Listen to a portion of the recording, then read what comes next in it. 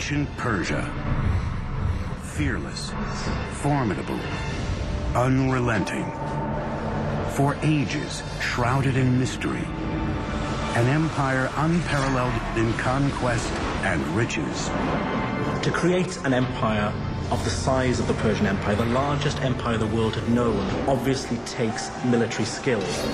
From North Africa to Asia, it was a civilization driven by a dynasty of extraordinary rulers, ambitious and all-powerful. Cyrus the Great is one of the few who deserves to be called the Great. The Persian Empire created some of the most astonishing feats of engineering the world has ever seen. Magnificent palaces that rose up from barren desert. Roadways, bridges, and canals. Everyone has heard of the Suez Canal, but how many have heard of Darius's canal? But dark clouds were on the horizon. An ancient rivalry with Greece would erupt into an epic clash that changed the course of history and shaped the Western world for thousands of years to come.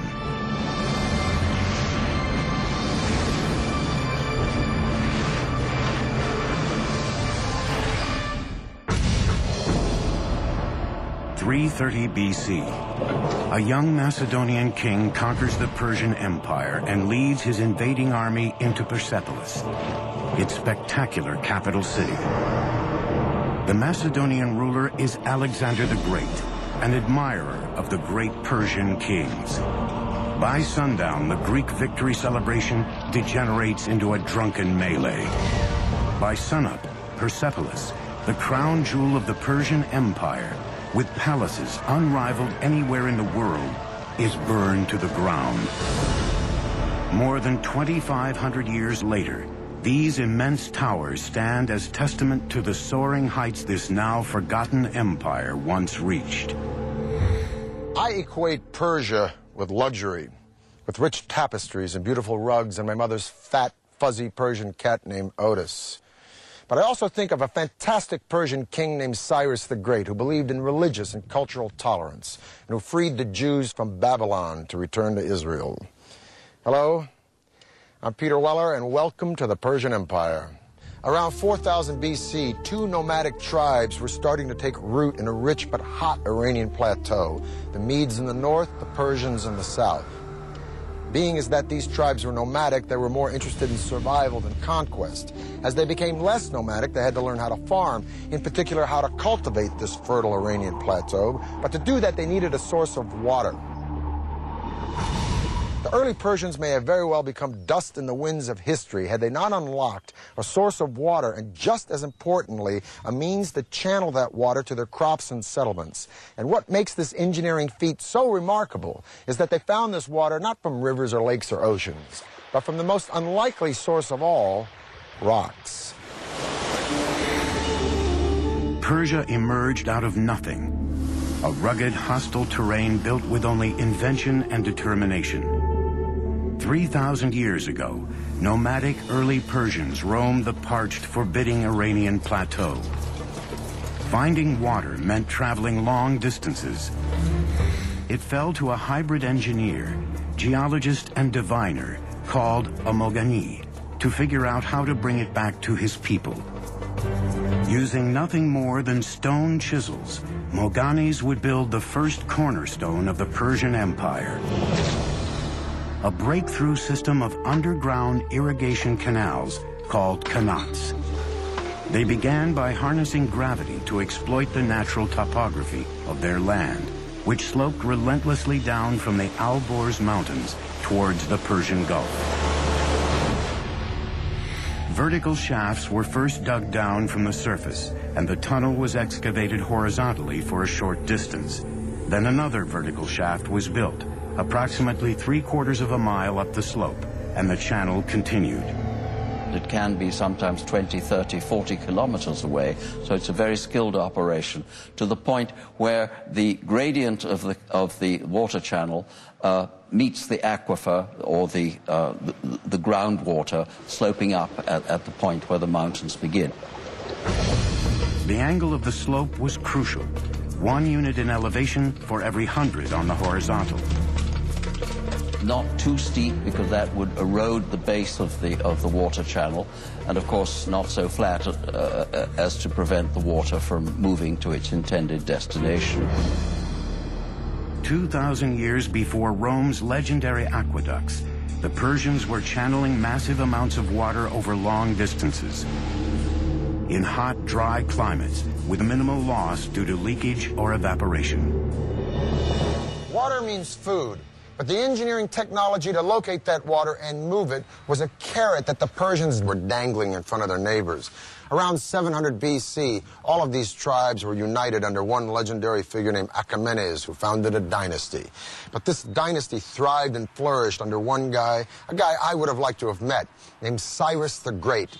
Cyrus created and maintained an empire thanks, no doubt, to his military savvy, but he was also a political genius. He was an excellent, benevolent manager of men. Historians have called him humanist. The Jews call him Mashiach, or Anointed One. His own people called him Father, and even the Ionian Greeks, whom he conquered, called him a just and worthy lawgiver and ruler.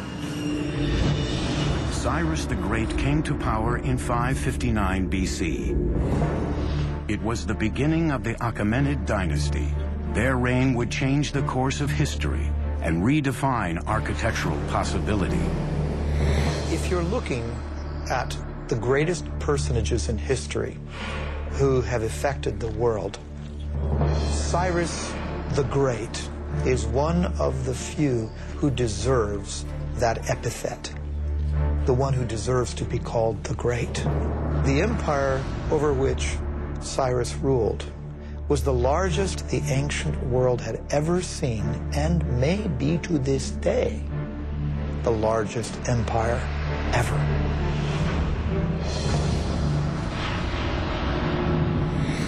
By 554 BC, Cyrus had crushed all rivals and became the undisputed leader of Persia.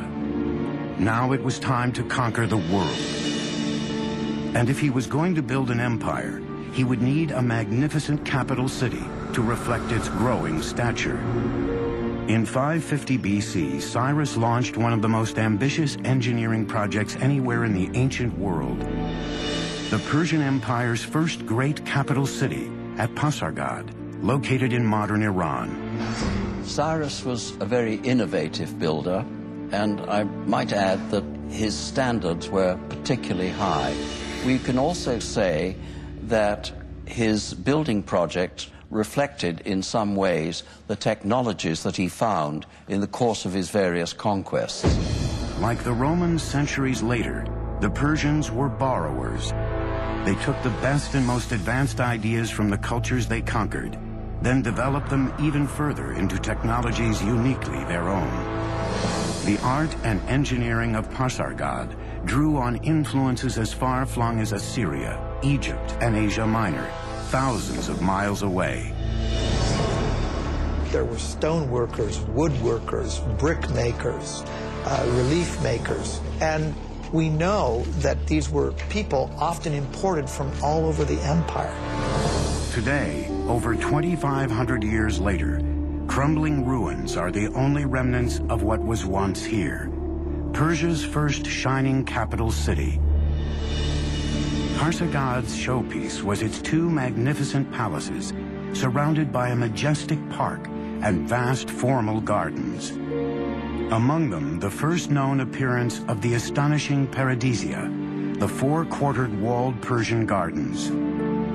The gardens had over 1,000 yards of channels of carved limestone, designed such that water would enter small basins every 16 yards. The Paradisia of Pasargad laid the foundations for many of the world's most magnificent gardens for the next 2 millennia.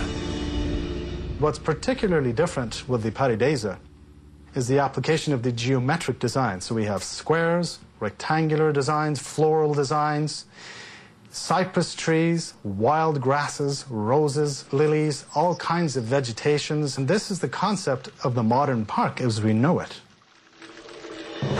As Pasargad was being built, Cyrus added to his dominion one enemy kingdom after another. But Cyrus was a very different kind of king. He refused to enslave his new subjects, a revolutionary concept in the ancient world. He recognized the local validity, if you will, of different religions and beliefs, and allowed those things to persist. In 539, Cyrus conquered Babylon, but he did not present himself as a conqueror. He presented himself as a liberator, rescuing these people from their despotic ruler. And then he did a totally unprecedented thing. He freed the Jews. The Jews had been living in Babylon in captivity ever since Nebuchadnezzar destroyed Jerusalem and their temple. And Cyrus freed them. Now, it could be said in hindsight or political history that Cyrus was looking for a buffer state between a hostile Egypt and his own empire. But so what? The point is that no one had ever done anything like this, and hardly anyone has ever done anything like it since. And subsequently, he is the only Gentile in the Bible to be referred to as Mashiach, or Messiah. As one distinguished Oxford scholar once said to me, Cyrus always had a very good press. It's a very true statement. Before he could launch the campaign that would make Persia the lone superpower of the ancient world, Cyrus the Great died in battle in 530 BC. He didn't live long enough to show what really he could have done outside the battlefield.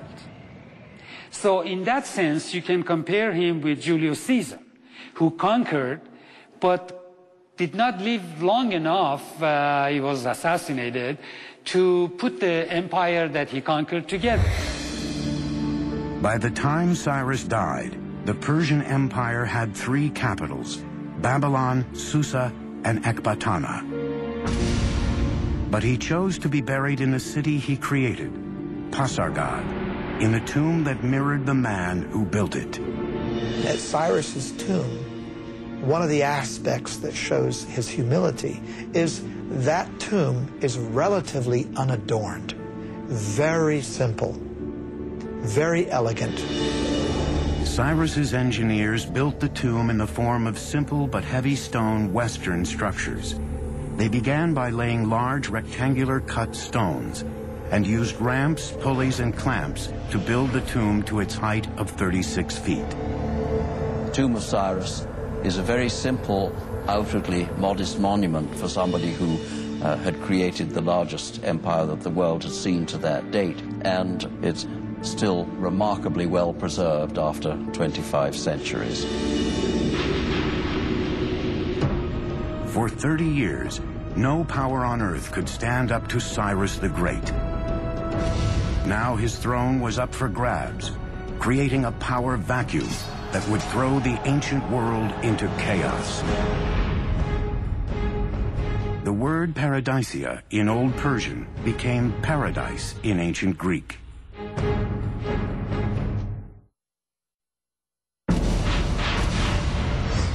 "530 BC. Cyrus the Great, the architect of the greatest empire the world had ever known, is dead. For Persia, its future now hung in the balance. Rivals and pretenders to the throne vied for power. Then a distant cousin of Cyrus, a brilliant general, rose up to assume power. When the smoke cleared, the Persian Empire was securely in his grasp. His name was Darius. And he would become arguably the greatest Persian king and one of the greatest builders of all time. Darius hit the ground running. He began by rebuilding the old capital of Susa with grand new palaces adorned in glazed brick. Today, the magnificence of the capital Susa is even found in the Bible. When the Greeks talk about Persian palaces, for example, they routinely mention Susa. When the Old Testament book of Esther talks about Persian palaces, it's Susa that they mention. But the new king of Persia wanted a ceremonial capital all his own. 518 BC, Darius launched one of the most ambitious construction projects of the ancient world. Located near the modern city of Shiraz, it would become known as Persepolis, or Persian city in Greek. All of the palaces rose from a vast stone platform designed to enhance the stature of the empire. The terrace square is huge, over 125,000 square meters. And he had to modify the landscape. His engineers had to come in and level out part of the area, and they had to build a retaining wall. He wanted it to be seen from a distance. That's exactly why you build up a terrace, so it could be viewed from afar. That makes it all the more grand and imposing.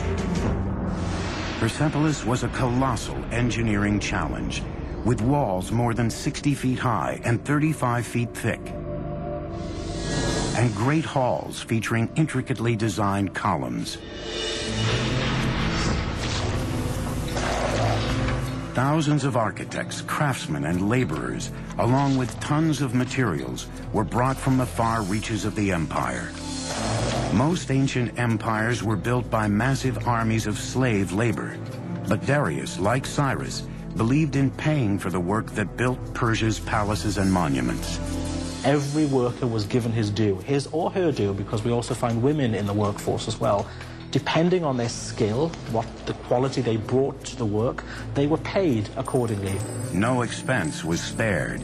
Persepolis would be the signature monument of Persian power and glory.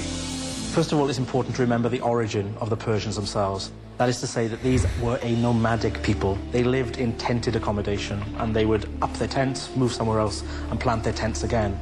Now, as time went on, these tents became more and more elaborate affairs. And essentially what we're having at Persepolis is a tent turned into stone.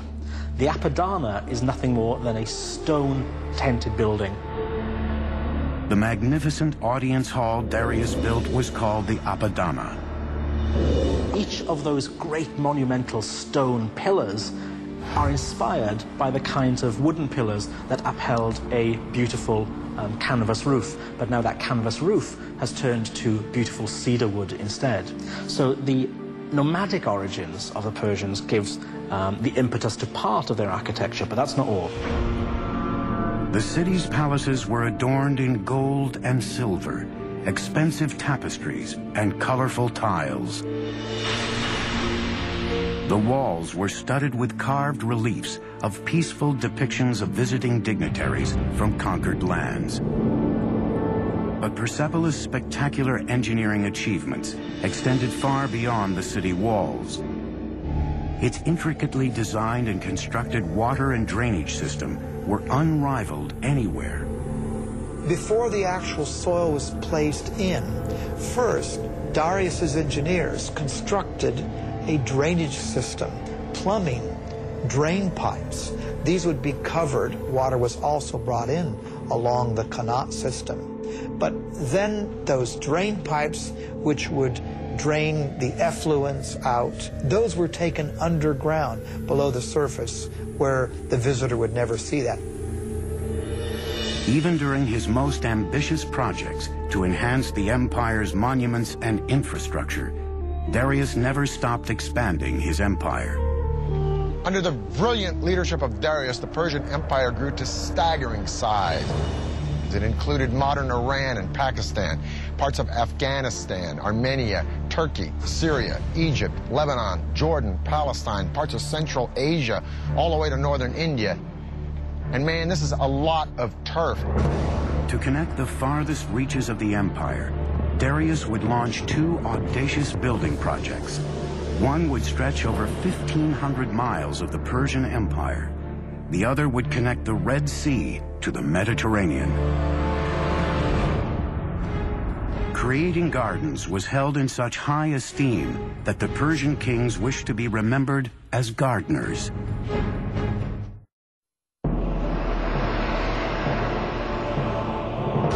Under the rule of Darius the Great, the Persian Empire grew to staggering proportions.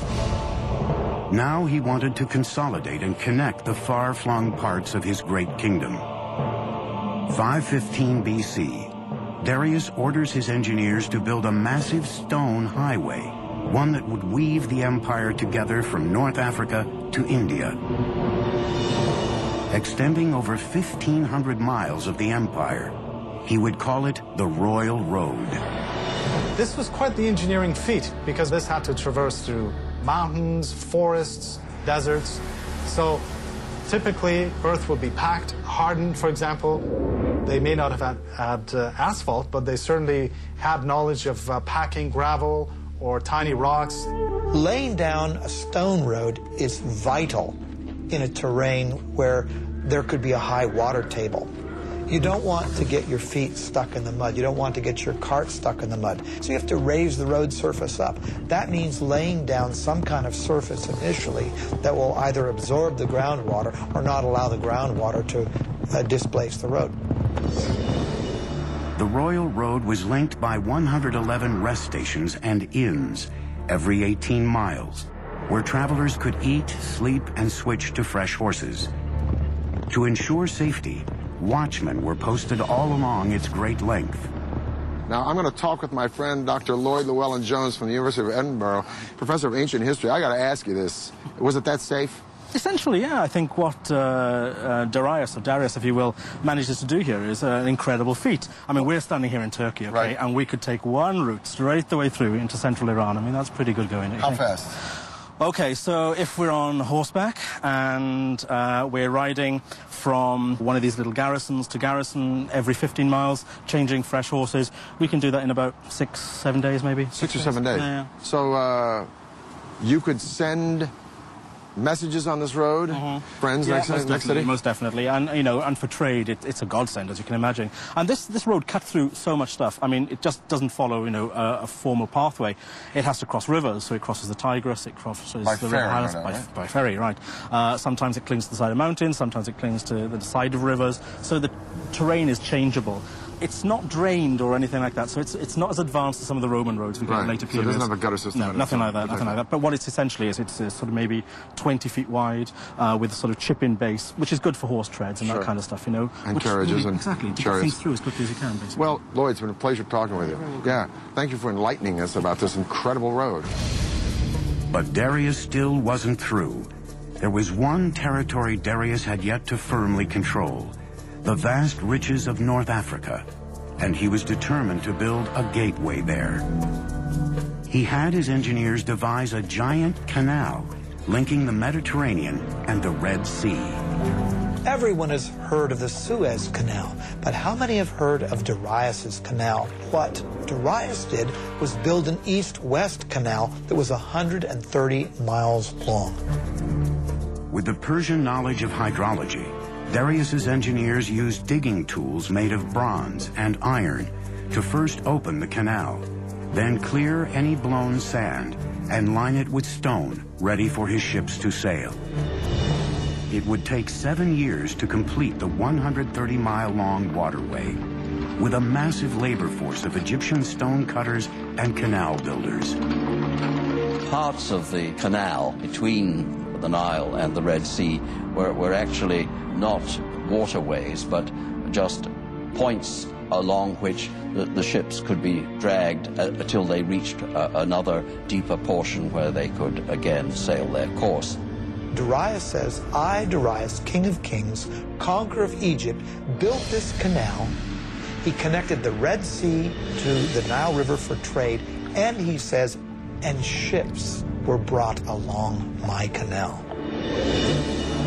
By 500 BC, Persia was the largest empire the world had ever seen, even exceeding the size and wealth of Rome at its height 4 centuries later. Persia was invincible, and its appetite for conquest was beginning to frighten an emerging power across the Mediterranean, the city-states of Greece. Just a little geographical info.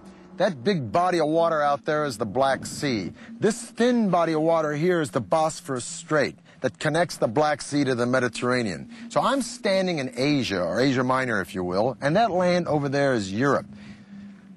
Now, in 494 BC, Darius put down a revolt from some cities on the coast of Turkey. But this revolt had been supported by Athens, so Darius wanted to teach Athens a lesson. He was going to march on Greece and attack that city. But how was he going to do it? He's got to go across the sea. Well, he takes a bridge of boats, pontoons, if you will, and lines them up from that point to that point and marches an army, so Herodotus says, of 70,000 men across the sea to attack Greece. Amazing. Persian engineers connected one side of the Bosphorus to the other by scuttling boats side by side to form the foundation. Then they built a highway across the top, linking Asia to Europe. Probably this was a system of planks, and underneath there was a system of packed earth or perhaps dry wood to keep basically the road stable.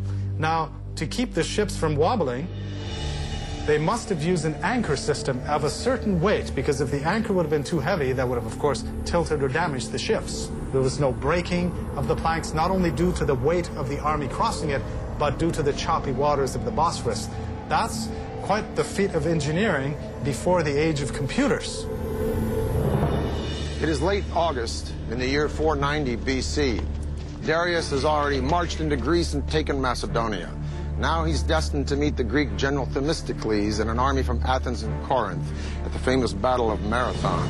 The massive army from Persia numbers 60,000 or 140,000, 250,000, depending upon the propaganda you read. Suffice it to say, the Greeks are outnumbered 10 to 1. Their only recourse is to send for reinforcements. So the legendary runner Philippides runs from Marathon to Sparta, a distance of 140 miles in 2 days, hence the name of the race, Marathon. The two armies faced each other separated by a vast open plain.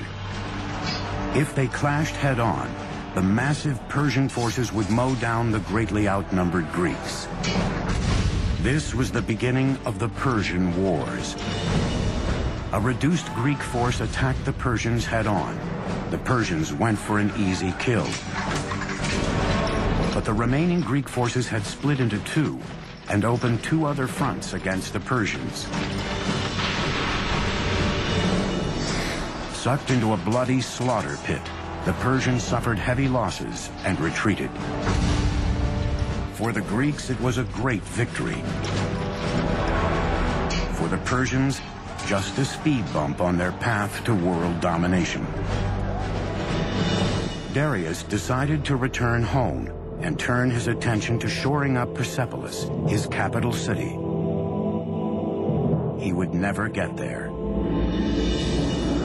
In 486 BC, Darius died on his way to quelling a rebellion in Egypt, leaving behind an empire that redefined the very notions of power and glory.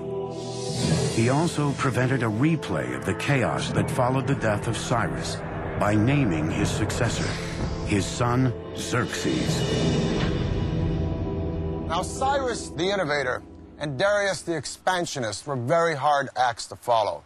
But Xerxes had been a king in waiting all of his life, and a couple of his first acts were to suppress a rebellion in Babylon, another one in Egypt. And then he went after the Greeks. Somehow the Greeks just stuck in his craw. Some historians argue that Xerxes was making a preemptive strike. Others say that he was just cleaning up the business of his father. Whatever the case, the Greeks were no longer intimidated or impressed by the Persians since they'd beaten them at Marathon.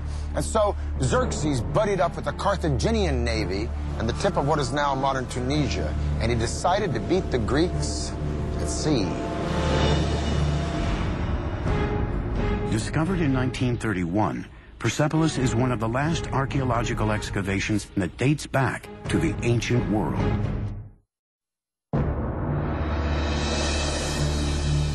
480 BC, the Persian Empire is at its peak, vast, immensely powerful, and incredibly rich. It's been 10 years since the Greeks defeated Darius the Great at the Battle of Marathon. His son Xerxes is now the latest absolute monarch in Persia's Achaemenid dynasty, and Xerxes wants revenge. Greece is only beginning to emerge as a force to be reckoned with, a coalition of profoundly different city-states, from democracies to dictatorships. They are united only by one creed, their hatred of Persia. The ancient world is on the verge of the Second Persian War. The outcome will lay the foundation for the modern world. Greeks traditionally called everybody except themselves barbarians. So this whole thing really between East and West started probably with the Persians and the Greeks and continued ever since. The Persian invasion of Greece would be one of the greatest collaborations of strategy and engineering in military history. The massive invasion would be a complex land-sea assault, demanding some astonishing feats of engineering. Xerxes wanted his forces to enter Greece at the Isthmus of Mount Athos, but the seas there were so turbulent, the king directed his builders to dig a canal across the isthmus. With vast manpower and expertise in canal engineering, Xerxes' engineers took a mere 6 months to complete the canal across the isthmus. But the next challenge facing his generals and architects was even greater. The huge Persian army still had to cross the 1.5-mile-wide Hellespont. To this day, their solution is considered one of the most ambitious engineering projects ever conceived for a military campaign. Borrowing a page from his father's book, Xerxes ordered a double pontoon bridge built across the Hellespont. A feat of engineering that would far surpass the bridge Darius built at the Bosphorus. But what's very interesting is that 674 ships were now lined up. How were these ships kept stable? This must have been quite an engineering feat. The Bosphorus is not a very calm area. It can be quite choppy. The row of ships were kept in place with a very taut system of cables, probably 2 large cables that ran between Asia and Europe. Now remember, a large number of troops crossed this bridge, perhaps up to 240,000 troops. The ropes allowed the boats sufficient flexibility of movement in the turbulent waters. Each section of the bridge was built on 2 boats connected by planks, so the entire roadway could ride the waves, absorbing much of the surface choppiness. Persian engineers then constructed a platform across the top of the boats, then the roadway on top of that. With each wood plank, a superhighway emerged, crossing the Hellespont using battleships as the foundation. Remember, we're dealing with the hooves of tens of thousands of cavalry, including armored cavalry, which would have been much, much heavier. The ships were amazingly kept stable, so this allowed Xerxes to cross with his army into Europe and cross back when he needed to, and the ships were kept in place. And for a short period, Europe and Asia were one. 10 days later, with his bridge complete, Xerxes marched into Europe. The whole army crossed with heavy equipment, heavy cavalry, and the planks were kept in place. There was no breaking of the planks, not only due to the weight of the army crossing it, but due to the choppy waters of the Bosphorus. Xerxes' strategy was simple: overwhelm the Greeks on land and at sea with superior numbers. Once again, the Greeks were led by the great general Themistocles. He knew he couldn't beat Xerxes on land, so the entire campaign was designed to lure the Persian navy into a trap. In August of 480 BC, the 2 armies met at a spot chosen by the Greeks, Thermopylae, a mountain pass so narrow only 1 chariot at a time could get through. For days, the massive Persian army was stalled, bottlenecked on the wrong side of the pass, just as the Greeks planned. In the meantime, unseen by the Persians, Themistocles left with most of his army, leaving only a token force of 6,000 Spartans behind. Like his father before him, Xerxes was about to charge headlong into a Greek trap. When they finally broke through the narrow pass, the Persians easily destroyed the meager Spartan force Themistocles had left behind as bait and marched toward Athens. But when Xerxes reached the city, Athens was deserted. Xerxes suspected he had been duped and would make the Athenian people pay for it. For generations, Tolerance for their vanquished had been the hallmark of Persian kings. Not this time. In a very un-Persian-like act, Xerxes burnt Athens to the ground. The Persian king regretted it immediately, and the following morning ordered Athens rebuilt. But it was too late. The deed was done. His moment of rage would come back to haunt Persia nearly 200 years later. But this war was still far from over. At the same time, Themistocles was setting his trap that lured the massive Persian navy into the narrow bay at Salamis. Then he unleashed a surprise attack. The huge Persian fleet was caught in the naval equivalent of gridlock. They couldn't maneuver in the tiny bay, while the Greeks used their heavy triremes as battering rams to demolish the Persian ships. It was a decisive victory for the Greeks. Xerxes returned home defeated, king of a Persian empire that was no longer invincible. There is one high note in the Persian loss against the Greeks at the Battle of Salamis, one saving grace, a woman named Artemisia, the sole female navy captain in the Persian fleet. She faked out the Greeks by ramming one of her own losing ships, and she sailed away to escape in the confusion. Her survival skills so impressed Xerxes that he was thought to have said, "My men are becoming women, and my women are becoming men." The Persian wars launched Athens into its golden age, but left the colossal Persian Empire vulnerable. It would be left to a young prince, a worshiper of Persia's great kings, to deal the empire its last blow. Humiliated by Artemisia's daring escape, the Greeks offered a huge price for her capture, but Artemisia had safely sailed home.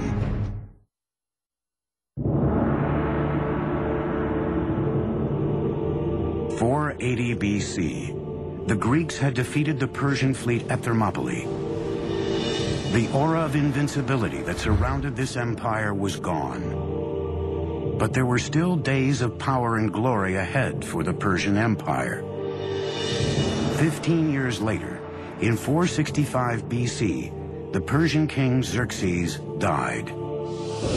Xerxes left the empire to his son, Artaxerxes, who was determined to take Persia back to its golden days.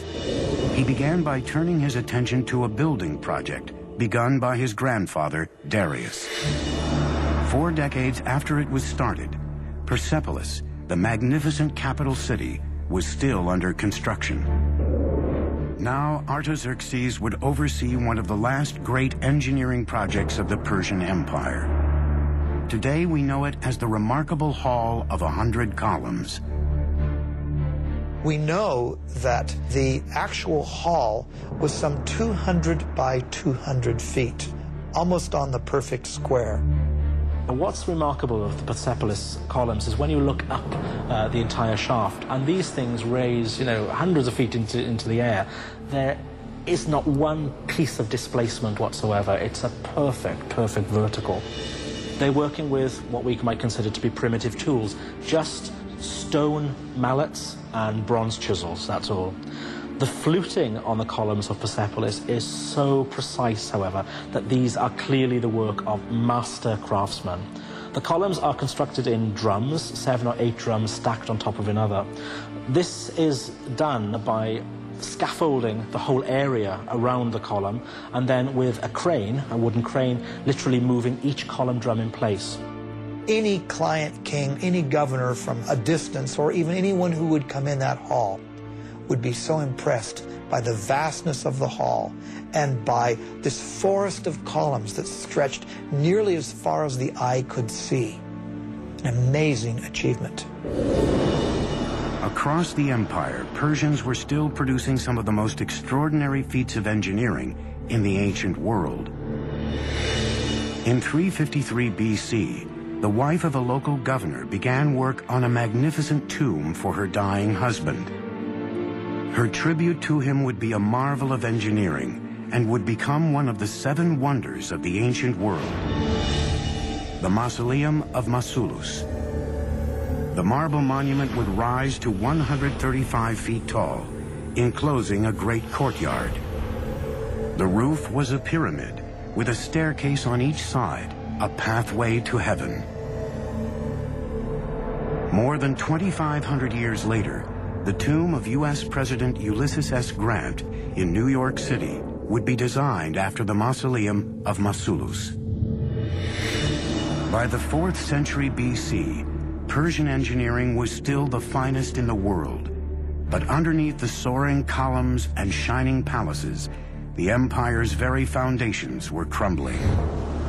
And its enemies were soon at the gate. When Athens supports a rebellion in Egypt and Greeks occupy the capital city of Memphis, Artaxerxes leaves Persepolis and his building projects, and he launches a military campaign to kick the Greeks out of Memphis and bring Egypt back under Persian control once again. It'll be the last great victory of the Persian Empire, because in 424 BC, Artaxerxes dies, leaving a power vacuum and 8 solid decades of rampant infighting and neglect. And while the Persian Empire is embroiled in internal conflict and corruption, a young Macedonian prince is studying Herodotus and the accounts of the great Persian hero Cyrus the Great. And this Macedonian prince will set his eyes on conquering the world. His name is Alexander. In 336 BC, a distant relative of Artaxerxes rose to power. He took a regal name, Darius III. He will always be remembered as the king who lost an empire.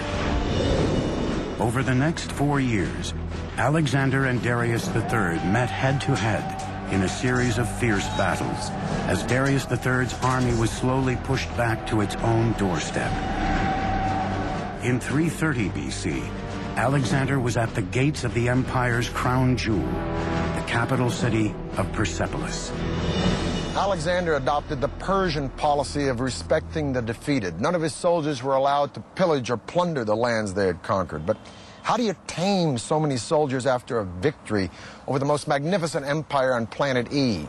Well, maybe his soldiers were restless or resentful, or maybe they just remembered the stories of how Athens had been burned by the Persians. In any case, at Persepolis, they let go.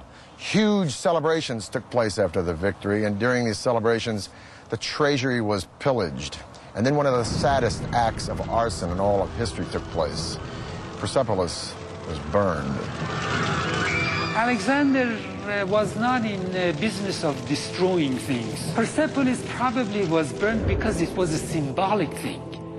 And he also burned it to make a symbolic gesture, not a destructive gesture. There must have been wonderful draperies and things around, and no doubt fire could have begun accidentally just as much as purposefully, because if he really wanted to be an Achaemenid king, the last thing he should want to do was to destroy Persepolis. But there were no fire engines, and once the blaze had taken hold, it was a very terrible blaze, and it left its mark throughout the site. Darius III had escaped capture, but in the summer of 330 BC, he was murdered by a close ally. The last Achaemenid king was dead. Alexander gave Darius III a magnificent funeral, and later even married his daughter. Alexander declared himself an Achaemenid Persian king, and added the final chapter to the story of an empire that had spanned 3 continents and endured for over 2,700 years. Alexander, admirer of Persian kings, the murders of Darius, and killed them himself. Alexander believed that only kings had the right to kill kings. But would have Alexander actually killed Darius? Probably not, because Alexander didn't create an empire, he only conquered one. The empire already existed, created by Cyrus the Great. No, Alexander's genius was to co-opt and use Persia, an empire that stood long before Alexander was born, and whose legacy of culture and sophistication and luxury would be around long after Alexander was dead. For the History Channel, I'm Peter Weller.